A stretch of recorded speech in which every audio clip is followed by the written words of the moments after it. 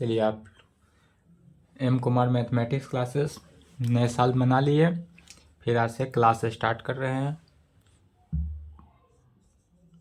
Class 12th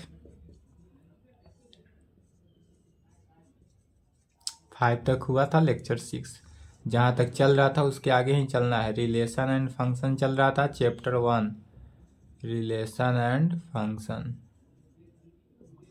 इसमें क्या चल रहा था? रिलेशन पढ़ा रहे थे, टाइप्स ऑफ रिलेशन बताए थे पिछले क्लास में। टाइप्स ऑफ रिलेशन को कितने भागों में बांटे थे? 4 भागों में।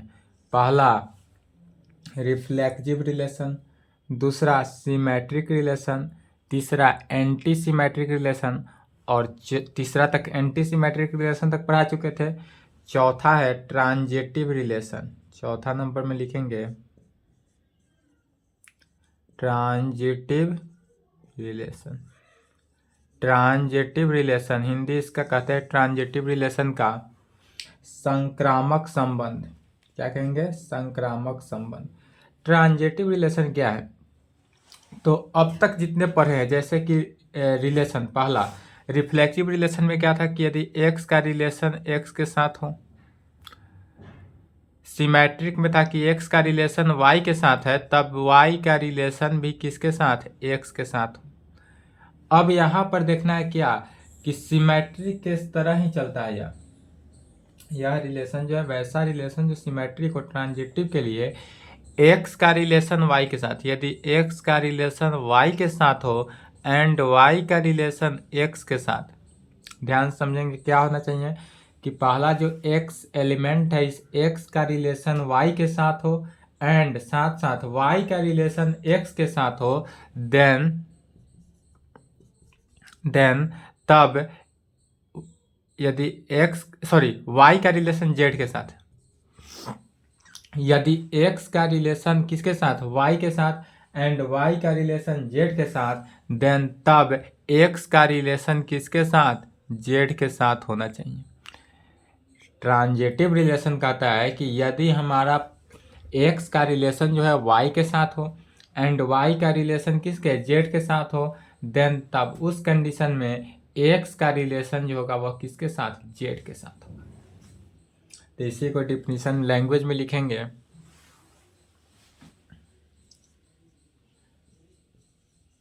A relation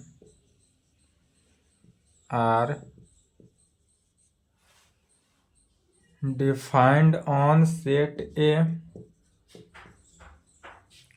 is called transitive relation। इसको क्या कहेंगे? Transitive relation. A relation R defined on set A, ऐसा रिलेशन को डिफाइन करना है सेट ए में, उसे को क्या कहेंगे? Transitive relation. कंडीशन है इफ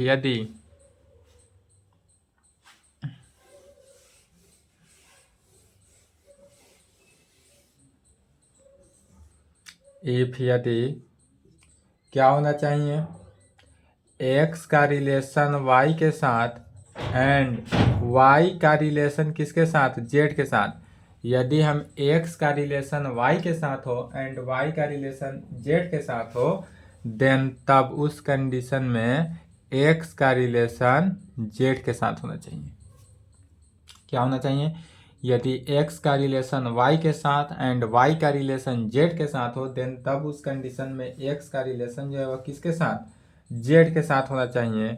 वेयर जहाँ एक्स वाई जेड जो है वह बिलोंग्स टू किस में? आर में। एक्स वाई ए आर नहीं, सेट ए में। एक्स वाई जेड जो है वह सेट ए का क्या है? एलिमेंट है।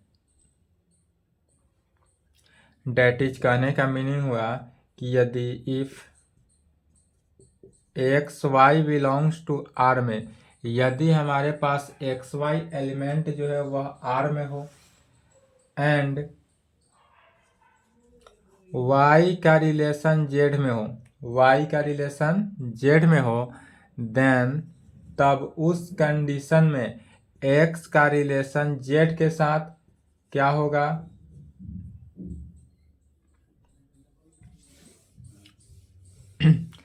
डेट इज इफ यदि एक्स वाई जो है वह आर का एलिमेंट है, X Y belongs to R में हो, आर मतलब क्या है, रिलेशन में, माने एक्स वाई जो है वह रिलेशन में हो, एंड एक्स वाई भी रिलेशन में हो, एंड वाई एक्स भी रिलेशन में हो, x y z and y z भी रिलेशन में हो। यदि एक्स वाई रिलेशन में हो एंड वाई जेड भी रिलेशन में हो, देन तब उस कंडीशन में एक्स जेड भी रिलेशन में होगा, जहाँ वेयर एक्स वाई जेड जो है वह क्या है, सेट ऑफ ए का एलिमेंट है, सेट ए का एलिमेंट है। अब इसी में सेट ए को मान लेते हैं, एग्जाम्पल के थ्रू देखेंगे। एग्जाम्पल में कहेंगे लेट, मान लेते हैं सेट ए कितना 1 2 3, 3 एलिमेंट का सेट ले लिए। जब सेट ए ले लिया गया 3 एलिमेंट का, इसलिए इसका क्या करेंगे, अब यहाँ तक आने के बाद Cartesian product of two non empty set करते हैं। तो जब इसका हम कार्टेशियन प्रोडक्ट निकालेंगे तो क्या होगा, A cross A, Cartesian product of two non empty set 1 2 3 का Cartesian product 1 2 3।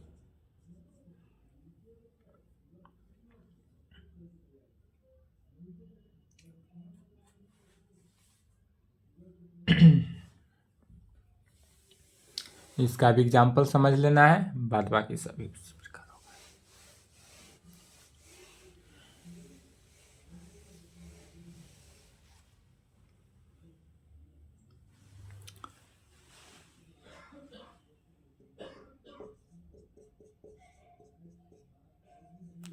Cartesian product of two non empty set निकालना जानते हैं, डायरेक्ट इसका Cartesian product of two non empty set करेंगे। क्या आएगा, 1 1 1 2 1 3 2 1 2 2 2 3 3 1 3 2 3 3। यह जो आया क्या आया, Cartesian product of two non empty set का। अब इसमें रिलेशन कैसा लेना है, तो अब जो रिलेशन लेंगे, ऐसा रिलेशन लेंगे जो कि x का रिलेशन y के साथ हो, साथ साथ y का रिलेशन भी z के साथ होना चाहिए, और तब उस कंडीशन में इस एलिमेंट में x का रिलेशन किसके साथ, z के साथ होना चाहिए। अगर हम मान लेते हैं यहाँ पर लेट r मतलब क्या हुआ, रिलेशन ले रहे हैं। यदि हम रिलेशन 1 2 ले लेते हैं तो 1 2 1 x हुआ, y का वैल्यू 2 हुआ, तो 1 का रिलेशन 2 के साथ हुआ, तो 2 का रिलेशन 2 के साथ, तब 2 का रिलेशन 2 के साथ, चूंकि 2 क्या हो जाएगा, z हो जाएगा, तो या 2 का रिलेशन 1 के साथ भी निकाल सकते हैं, 1 का रिलेशन 2 के साथ या 2 का रिलेशन 1 के साथ। यहाँ पर देखेंगे यह सिमेट्रिक भी हुआ, तो 1 का रिलेशन 2 के साथ निकाले और 2 का रिलेशन 1 के साथ निकाले, तो 1 का रिलेशन 1 के साथ निकल गया। पुनः तो 1 का रिलेशन 1 के साथ निकला, तो उसको भी लिखेंगे 1 का रिलेशन 1 के साथ। फिर यदि हम ले लें इसमें एक और रिलेशन 2 का रिलेशन 2 के साथ, मान लेते हैं कि 2 का रिलेशन 2 के साथ है। 2 का रिलेशन 2 के साथ कब होगा, तो यदि हम इसका 2 का रिलेशन 1 के साथ पहले लेंगे, यदि इसी को इस प्रकार लिखते 2 का रिलेशन 1 के साथ एंड 1 का रिलेशन 2 के साथ, तब क्या होता है, 2 का रिलेशन 1 के साथ और 1 का रिलेशन 2 के साथ, तो 2 का रिलेशन 2 के साथ होगा, तब इसी को डायरेक्ट लिख दिए 2 का रिलेशन 2 के साथ।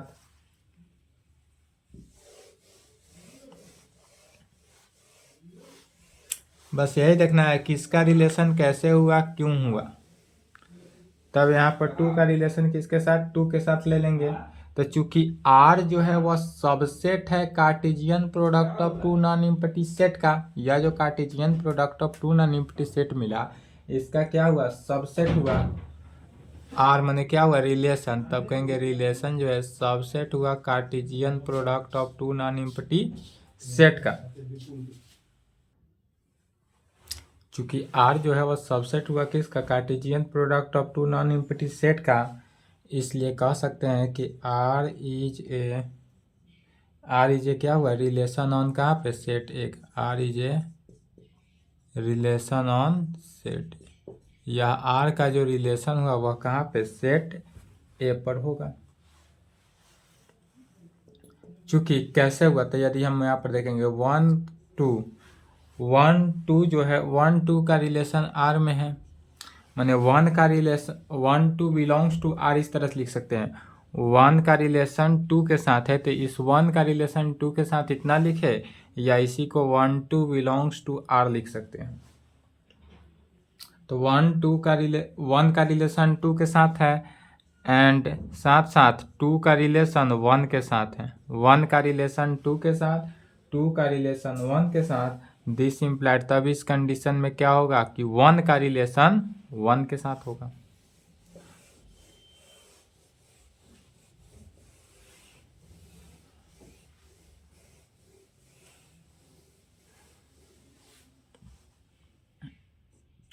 वन का रिलेशन किसके साथ? 1 के साथ।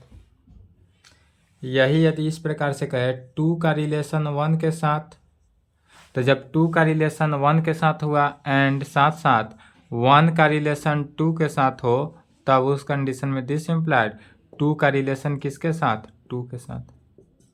2 का रिलेशन 2 के साथ होगा। यदि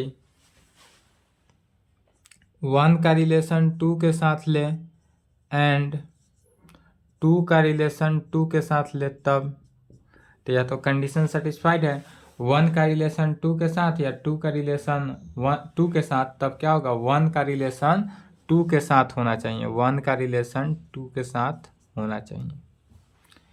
यही यदि 2 का रिलेशन 2 के साथ ले ले एंड 2 का रिलेशन 1 के साथ, यहाँ पर देखेंगे 2 का रिलेशन 2 के साथ, मैंने लास्ट वाला टर्म जो होगा y का वैल्यू, यहाँ भी y का वैल्यू इक्वल होना चाहिए। यदि यहाँ 2 का रिलेशन 2 के साथ है, 1 का रिलेशन 2 के साथ लेंगे तो वह इम्पॉसिबल हो जाएगा, गलत हो जाएगा। तो जब यहाँ y का वैल्यू जब 2 लेंगे तो यहाँ भी y का वैल्यू 2 ही रहेगा। यहाँ y का वैल्यू 1 तो यहाँ का y का वैल्यू 1।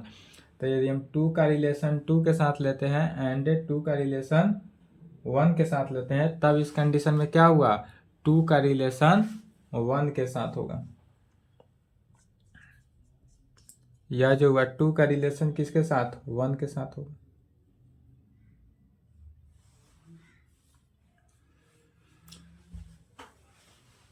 तब इस प्रकार से कहा जा सकता है 10 we get for all x Y belongs to R के लिए, for all x Y belongs to R हो and y z belongs to R हो, this implied x z belongs to किस में? आर में।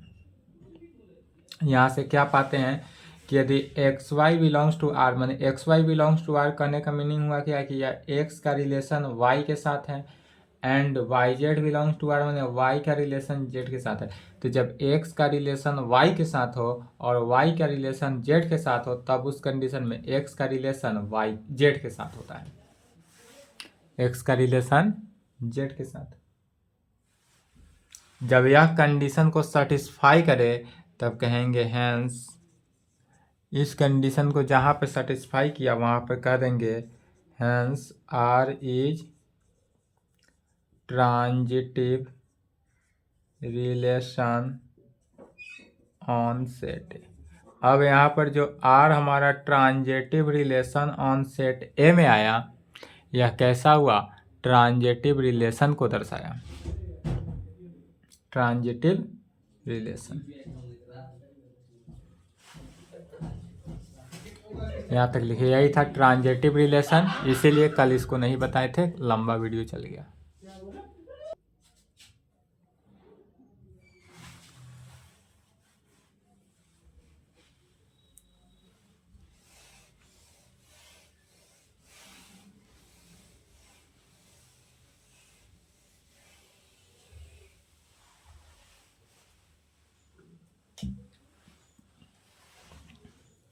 अब टॉपिक डालना है फंक्शन या मैपिंग क्या है। फंक्शन, फंक्शन का हिंदी होता है फलन। रिलेशन समझ गए। अब फंक्शन, इसी का एक और नाम है, फंक्शन का ही नाम एक और पड़ जाता है मैपिंग।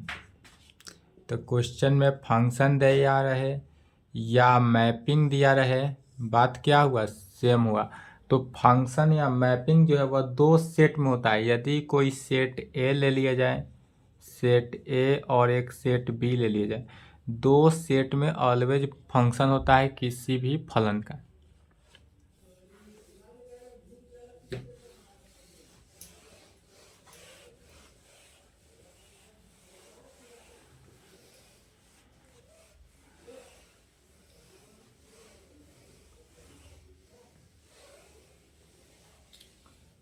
तो फंक्शन के लिए हम पहले क्या करते हैं, दो सेट ले लेते हैं। मान लेते हैं कि यह कोई ए सेट है और यहाँ पर एक कोई और अनदर बी सेट है। ए सेट और बी सेट ले लेते हैं। ए और बी सेट के बीच जो होगा काम किया, यह फंक्शन यही काम कर रहा है। ए और बी सेट के बीच जो फंक्शन हुआ यह क्या कर रहा है, फंक्शन काम कर रहा है। यदि ए सेट का एलिमेंट मान लेते हैं, ए सेट का एलिमेंट -1 1 2 3, बी सेट का एलिमेंट 1 4 9, तो यह जितने भी एलिमेंट है, 1 जो है 1 के साथ किया, 1 1 के साथ किया, फंक्शन बनाया, 2 4 के साथ, 3 9 के साथ। यह जो फंक्शन हुआ, यहाँ अगर ए सेट में x एलिमेंट है, x सेट ए में क्या है, x एलिमेंट है, तो वह सेट बी में जाकर क्या बन जाएगा, फंक्शन ऑफ एफ एक्स। यह किससे डिफाइंड हुआ, फंक्शन ऑफ एफ एक्स में। यदि सेट ए में कोई एलिमेंट लेकर चलते हैं तो वह सेट बी में गया तो वह कैसा फंक्शन, जिस प्रकार का फंक्शन दिया रहे उस प्रकार के फंक्शन को डिनोट करेगा। या फंक्शन को एफ एक्स को y भी मान लेते हैं, इज इक्वल टू वाई मान लेते हैं। डेट इज कह सकते हैं y इज इक्वल टू क्या, फंक्शन ऑफ एफ एक्स कह सकते हैं। y का वैल्यू जो है एफ एक्स। अब यह एफ एक्स किस कंडीशन को सेटिस्फाई करता है, तो क्वेश्चन में ऑलवेज गिवन रहेगा। यहाँ पर गिवन नहीं है लेकिन क्वेश्चन में गिवन रहेगा। यह फंक्शन जो है, फंक्शन एफ एक्स जो है वह किसको सेटिस्फाई किया, तो यहाँ पर देखेंगे यदि -1 का स्क्वायर किए तो 1, 1 का स्क्वायर किए तो 1 से रिएक्ट हुआ, 2 का स्क्वायर किए 4, 3 का स्क्वायर किए 9, तो एफ एक्स जो है वह किस फॉर्म में चल रहा है, एक्स स्क्वायर के फॉर्म में। तो यह फंक्शन ऑलवेज दिया रहेगा क्वेश्चन में कि एफ एक्स जो है किसके, एक्स स्क्वायर है, एक्स क्यूब है या कितना है, तो इतना ही को, तो फंक्शन इसी को कहते हैं। समझ गए, इसी को लैंग्वेज में लिखना है। डिफिनीशन लिखेंगे, साथ साथ लिख सकते हैं, जो अभी समझाए हैं उसी को लैंग्वेज में लिखा जाता है। फंक्शन या mapping is a corresponding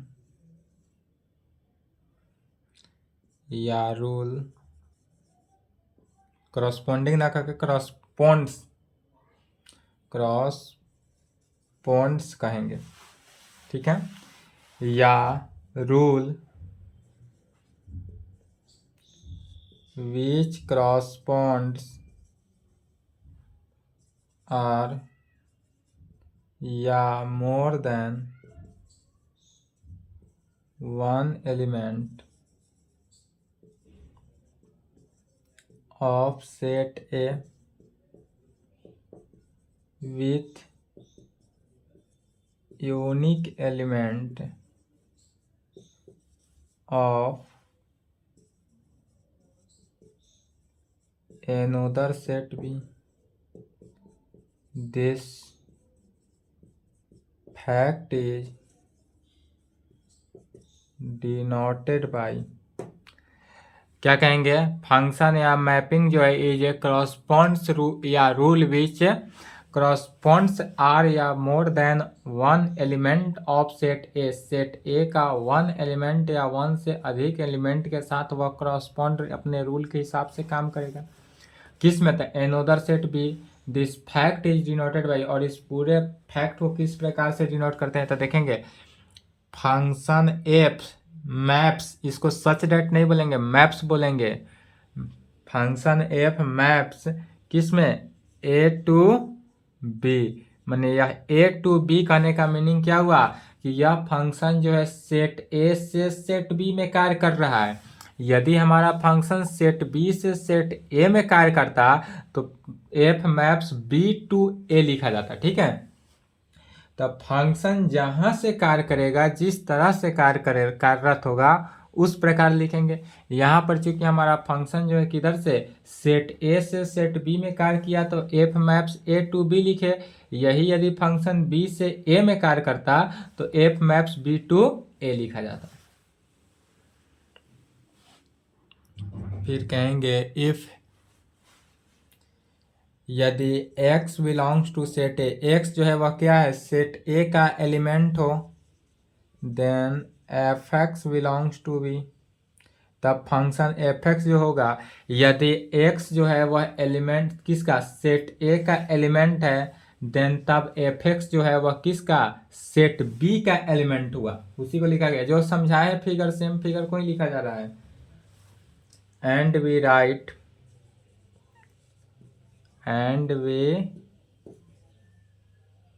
right और इसको किस प्रकार लिखा गया तो y मान लिया गया, एफ एक्स को क्या किया है y मान लिया तो y is equal to f x, तो and we write y is equal to किस में एफ एक्स में मान लेते हैं, y is equal to f x is called, और इसी को क्या कहेंगे फंक्शन।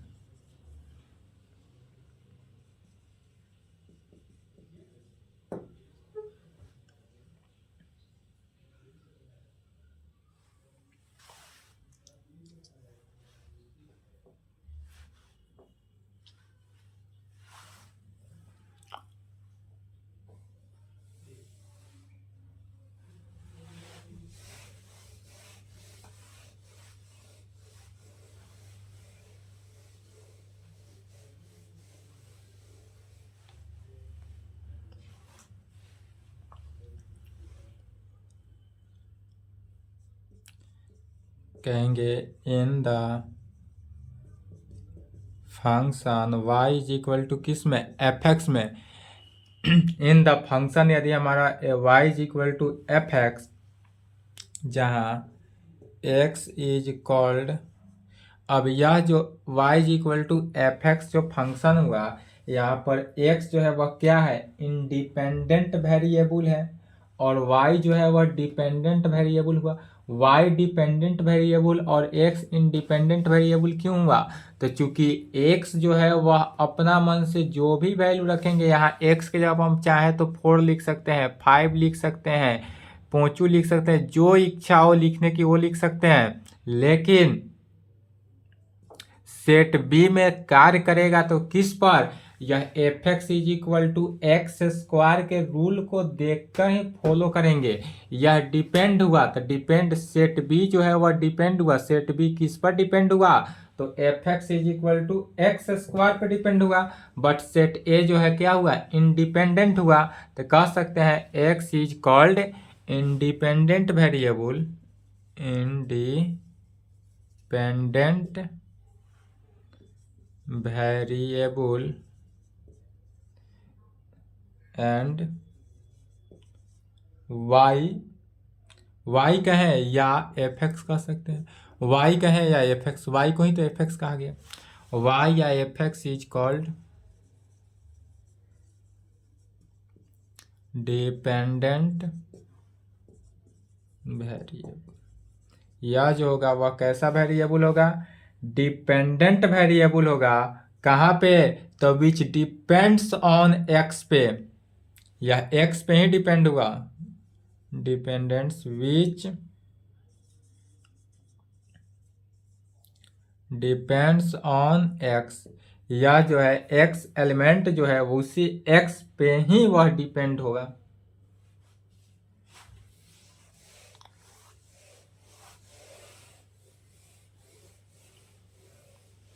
तो जब x पे डिपेंड होगा तब कह सकते हैं इस कंडीशन में also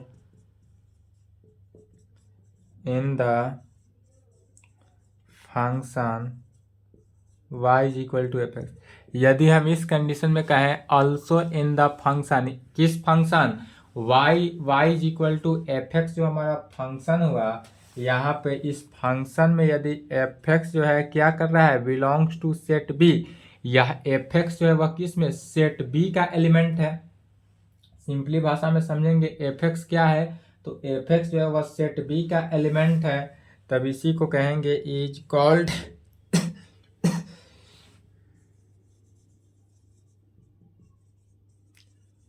image of x belongs to a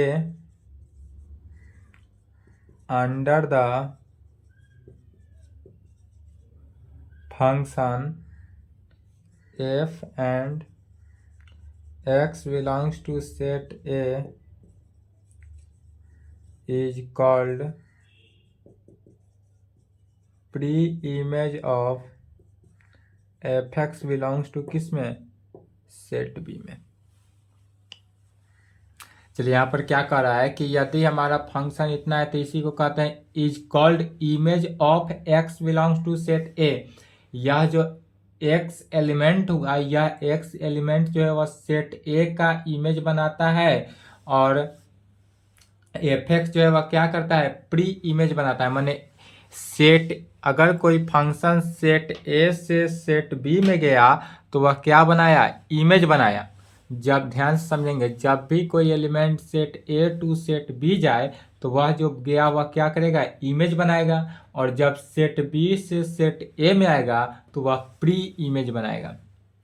set A से सेट बी गया तो क्या बनाएगा, इमेज बनाएगा, और जब सेट बी से सेट ए में आएगा तो वह क्या बनाएगा, प्री इमेज बनाएगा। समझ गया?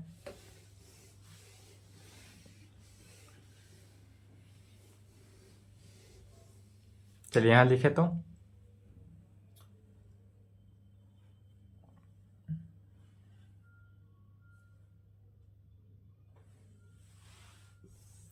जैसे कि एग्जाम्पल में अगर हम ले लें, मान लेते हैं let set A is equal to 1 2 3। क्या किए, यदि हम सेट ए के एलिमेंट को 1 2 3 ले लेते हैं एंड सेट बी का एलिमेंट एक ले लेते हैं 1 4 9, इसका फंक्शन जो बना इस प्रकार बना। यदि कोई यह सेट ए है, सेट बी है, सेट ए से सेट बी फंक्शन हुआ 1 2 3 1 4 9, 1 का 1 के साथ, 2 का 4 के साथ, 3 का 9 के साथ। यहाँ पर फंक्शन एफ एक्स क्या हुआ, एक्स स्क्वायर के साथ। यहाँ पर जो फंक्शन बना हुआ एक्स स्क्वायर के साथ हुआ। एंड फंक्शन कैसे बना, f maps A to B. यह जो फंक्शन बन रहा है, फंक्शन कैसा बना, तो f maps A to B is defined by, और यह डिफाइंड होगा, इज डिफाइंड बाई, किस में डिफाइंड होगा, तो function f x is equal to x square में, वेयर जहाँ एक्स क्या है, सेट ए का एलिमेंट है। या तो f x is equal to x square में डिफाइंड हुआ, लेकिन एक्स जो है, एक्स क्या है, सभी सेट ए का एलिमेंट है। तो जब एक्स सेट ए का एलिमेंट है तब कहेंगे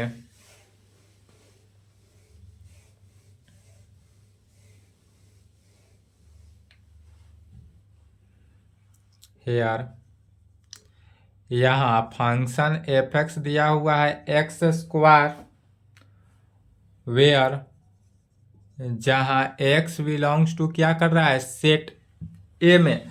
एक्स जो है वह सेट ए का एलिमेंट है। तब उस कंडीशन में F1 निकालना है, F2 निकालना है और F3 निकालना है, सभी का वैल्यू।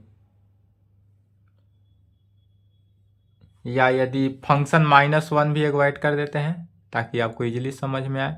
सेट ए में क्या करेंगे, एक -1 भी ऐड कर लेना है। जो एग्जाम्पल चलेंगे फंक्शन का जो लेकर चले थे उसी के साथ। तो इसलिए क्या करेंगे, f-1 का वैल्यू -1 का square is equal to 1। f1 निकालेंगे, 1 का स्क्वायर भी 1। देखिए चूंकि 1 भी क्या है, सेट बी का एलिमेंट है, 1 सेट बी का एलिमेंट है।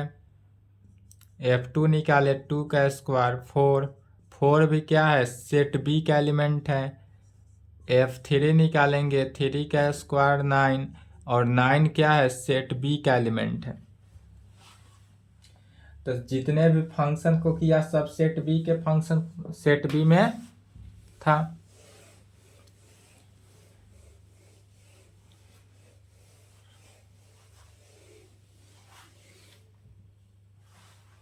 तो अब कह सकते हैं 10 1 या more than 1 element of set ए।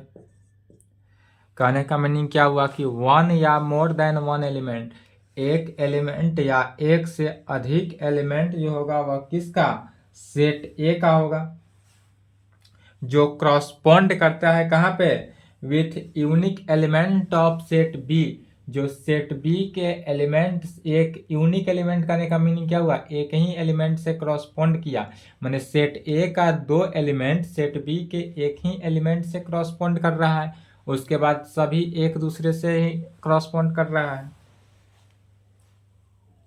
तो कहेंगे क्रॉसपॉन्ड्स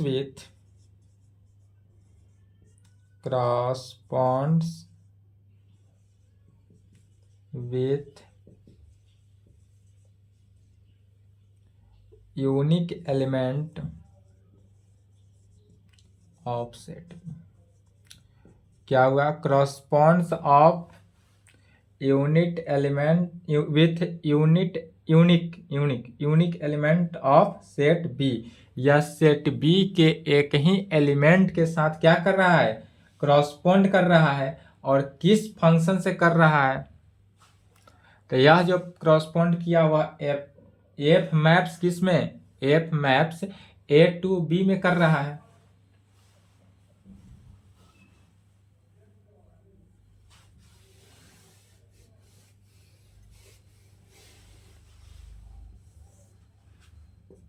हेंस यहाँ पर जो कि या f maps A to B में, सेट ए से कहाँ पर जा रहा है, सेट बी में कर रहा है, और डिफाइंड बाई, और यह कैसा डिफाइंड है, defined by f x is equal to x square, where, जहाँ फॉर ऑल भी कह सकते हैं, for all x belongs to set of A के कंडीशन में।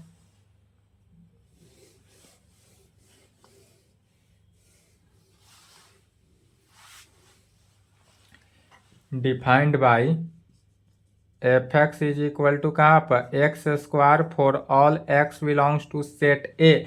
एक्स जो है वह क्या है, सेट ए का एलिमेंट है, इज ए फंक्शन, या मैपिंग भी कह सकते हैं, फंक्शन कहे या मैपिंग कहे दोनों का बात एक ही है। कहीं फंक्शन लिख सकते हैं, फंक्शन लिखे, क्वेश्चन में फंक्शन रहेगा तो फंक्शन लिखेंगे, या मैपिंग दिया रहेगा तो मैपिंग कहेंगे। कहाँ से कहाँ तक लग रहा है, तो from set A to set B. यह जो फंक्शन या मैपिंग हो रहा है वह कहाँ से कहाँ तक, सेट ए से लेकर सेट बी तक हो रहा है। फंक्शन का यही डिफिनीशन था, फंक्शन या मैपिंग, समझ गए। नोट में लिखेंगे, चूंकि यदि मान लेते हैं सेट ए हमारे पास इतना है -1 1 2 3, तो इसलिए एफ ए का वैल्यू, तो एफ ए का वैल्यू निकालेंगे, मैंने एफ ए, तो यह एफ जो लिखेंगे कैपिटल में, capital F A is equal to हो जाएगा इसके अंदर स्मॉल एम,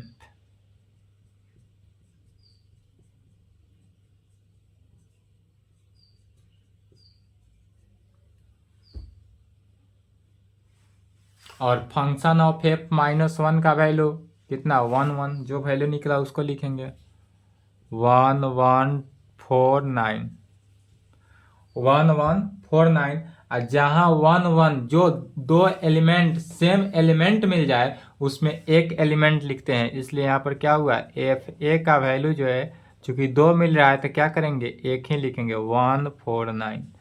तो एफ ए का वैल्यू क्या हुआ, 149।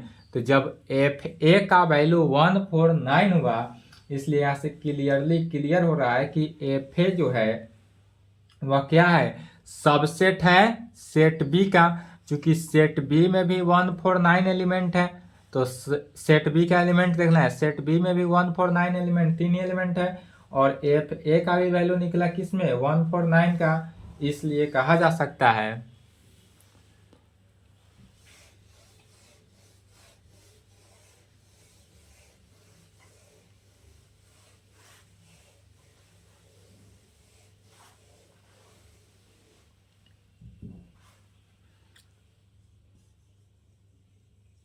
क्लियरली कह सकते हैं कि एफ ऑफ सेट ए जो हुआ वह क्या हुआ, सबसेट हुआ किसका, सेट बी का। सेट ए का फंक्शन जो हुआ वह सबसेट हुआ किसका, सेट बी का। दिस इम्प्लाइड कहा जा सकता है कि आइदर यदि सेट ए का फंक्शन जो है वह ये बी के इक्वल होगा, या नहीं तो सेट ए का फंक्शन जो है वह प्रॉपर सबसेट होगा बी का, जिसमें इक्वल टू नहीं रहता है, वह क्या हुआ, इसका नाम पड़ जाता है प्रॉपर सबसेट। ठीक है, तो यह हो जाएगा प्रॉपर सबसेट। चलिए यहाँ तक कंप्लीट करेंगे, इसके आगे नेक्स्ट क्लास में।